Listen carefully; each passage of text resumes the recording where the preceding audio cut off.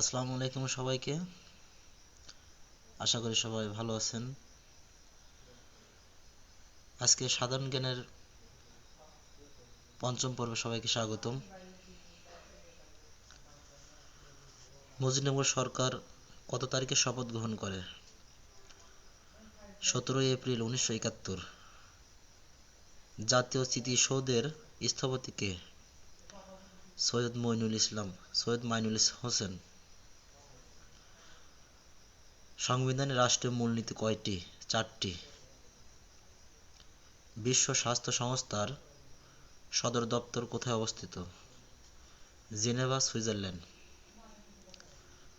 আমার দেখা নয়া সিন এর লেখক কে? শেখ মুজিবুর রহমান।